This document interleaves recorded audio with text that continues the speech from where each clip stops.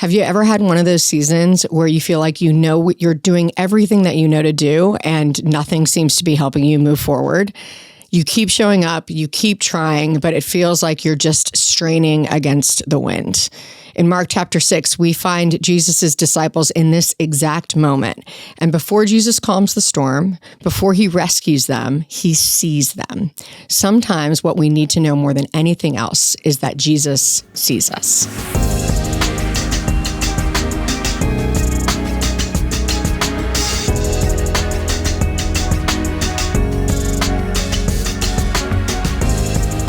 Hey everyone, welcome to How to Study the Bible. I'm your host, Nicole Unice, and I am so excited for us to continue forward in our study of the Gospel of Mark.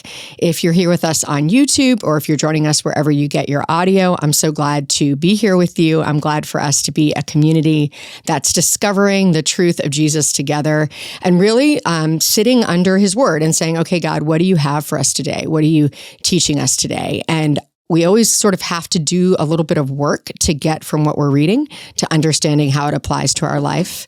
But I hope that you'll find today that there is such relevance in these stories and that maybe you're not actually in a boat, maybe you're not in an actual storm, but we all know what it feels like to strain against the oars, as we're going to hear today. We all know what it feels like to enter into a storm, whether that's relational or vocational or even just an emotional place where you're like, I can't seem to be making progress. I want to know a good life. I want to experience a free and abundant life, but I feel stuck. If that's your story, I think you're going to find great comfort here in Mark chapter 6, as well as the next chapters coming. Because in these next 4 chapters, we actually are going to see a connected theme that's developing. And I wanted to make sure we talk about that first, because there is a lot happening in these chapters. Even as I was preparing, I thought, wow, there is so many places that we could stop and slow down and examine. But what we want to do today is really make sure we understand how these stories connect and where they're going. So I don't want to bury the lead for you. I want you guys to know that as we go into 6, 7, 8, and 9, that what we see in these chapters is we see movement from confusion to clarity about who Jesus really is. And if you've ever felt like you have confusion, you're not sure who Jesus is or who Jesus is for you in this season, you are not alone. We're going to see that the disciples themselves are very confused about who Jesus is. They often find themselves kind of in what I would say would be an inner battle of the framework that they had for what they thought religion meant, and then the actual person of Jesus that they were experiencing day in and day out. So let's get into Mark chapter 6 today, and we'll see where Jesus is going to take us. So quick overview as we get into this, because there's actually 5 different things happening here. The first thing that we're going to see in Mark chapter 6, and if you haven't read it yet, I would encourage you to stop and read it, take a listen on a Bible app. But what we see here happening is several things. The first is that Jesus experiences lack of power in his hometown. He is in his hometown and people are doubting who he is. The next thing that we see is that Jesus actually sends out his 12 disciples to do the ministry. We also have John the Baptist's death in here in between.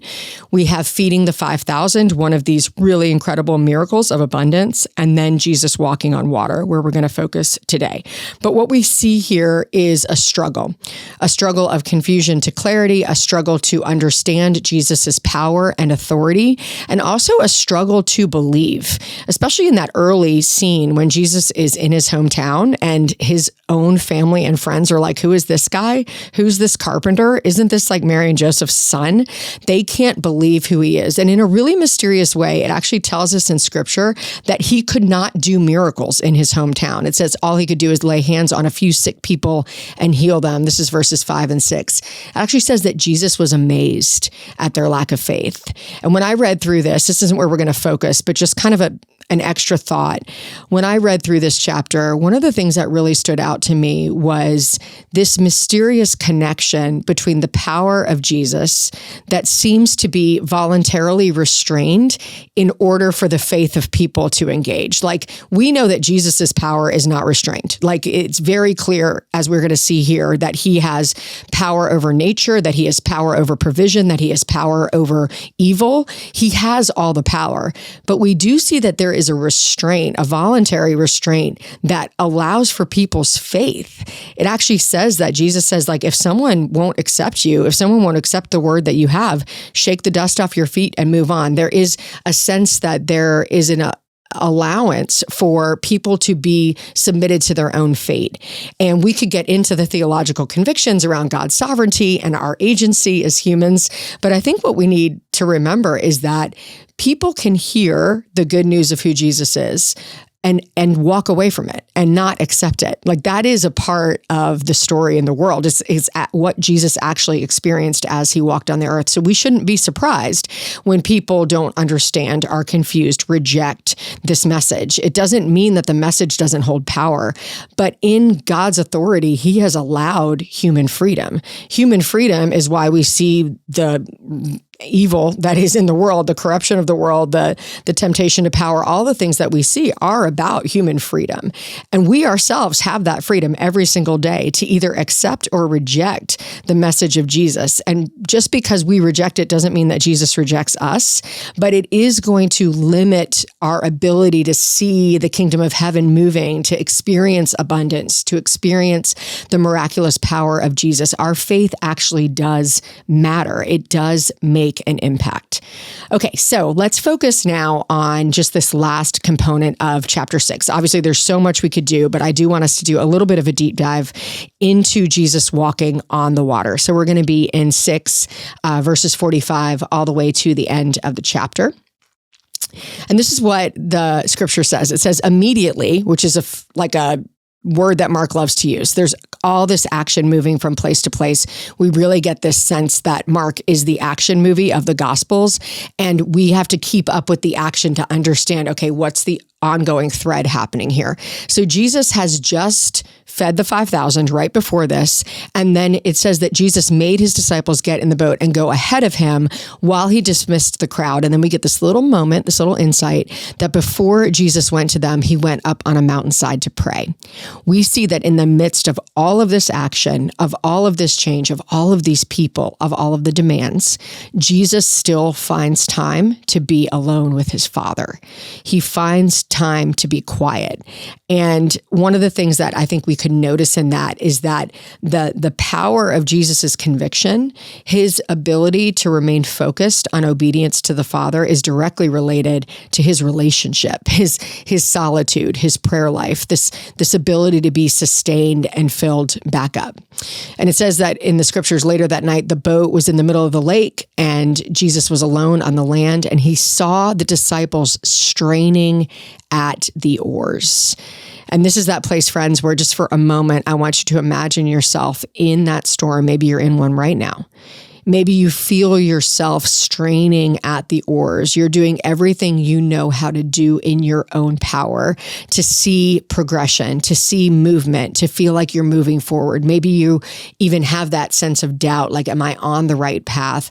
Is it supposed to be this hard? And that is a very human reality. And we see Jesus from far away looking down at his disciples, straining against the oars. And so shortly before dawn, he went out to them walking on the lake. And he was about to pass by them. And when they saw him walking on the lake, they thought he was a ghost and they cried out because they saw him and were terrified.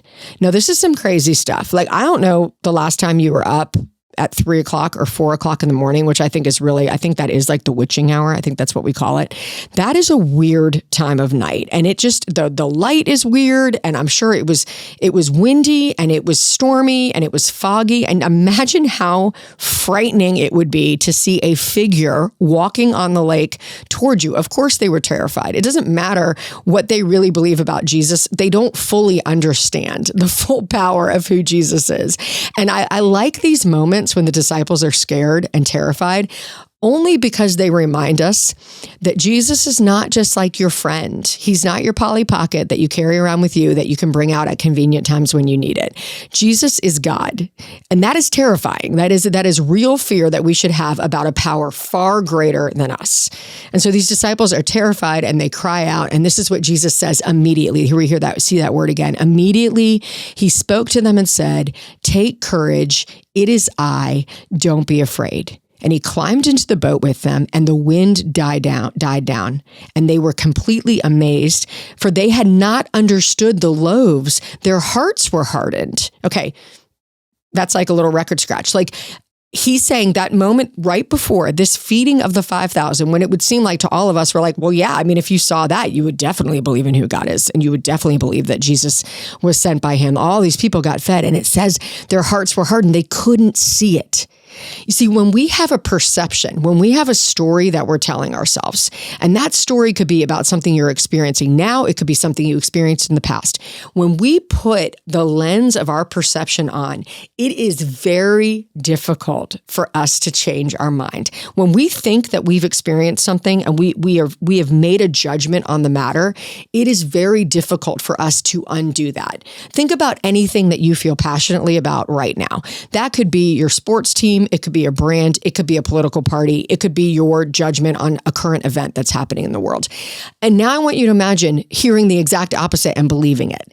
We are stubborn people. We are hard-hearted people, and it takes a lot for us to believe something different. And we aren't meant to believe the disciples were like dumb and foolish in this. We're actually meant to see ourselves as those disciples. We're meant to put ourselves in the boat and ask ourselves the question, when I'm in a storm, when I'm straining against the oars, am I looking for Jesus? Do I believe that he is there to be with me, that he can calm this storm immediately, that he actually says to them, I am God, like ego eimi is the Greek language there. It is I. And this is really this hearkening back to the same language that God uses to describe himself in the book of Exodus. When Moses says to God, who am I supposed to tell them that you are?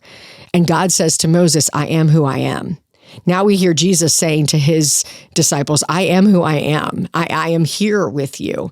And he immediately can calm the storm. He's immediately with them. He doesn't wait for them to admit that they don't have any belief. He doesn't wait for them to say, oh, I didn't actually believe what you did when you fed the 5,000. He is right there with them right away. And it's the same for us. We get courage. We experience courage, not because we have it within ourselves, but because we know a God who walks with us, who says, I will always be with you in every storm, when you're struggling against the oars or not, when you are trying harder or when you've given up, I am with you.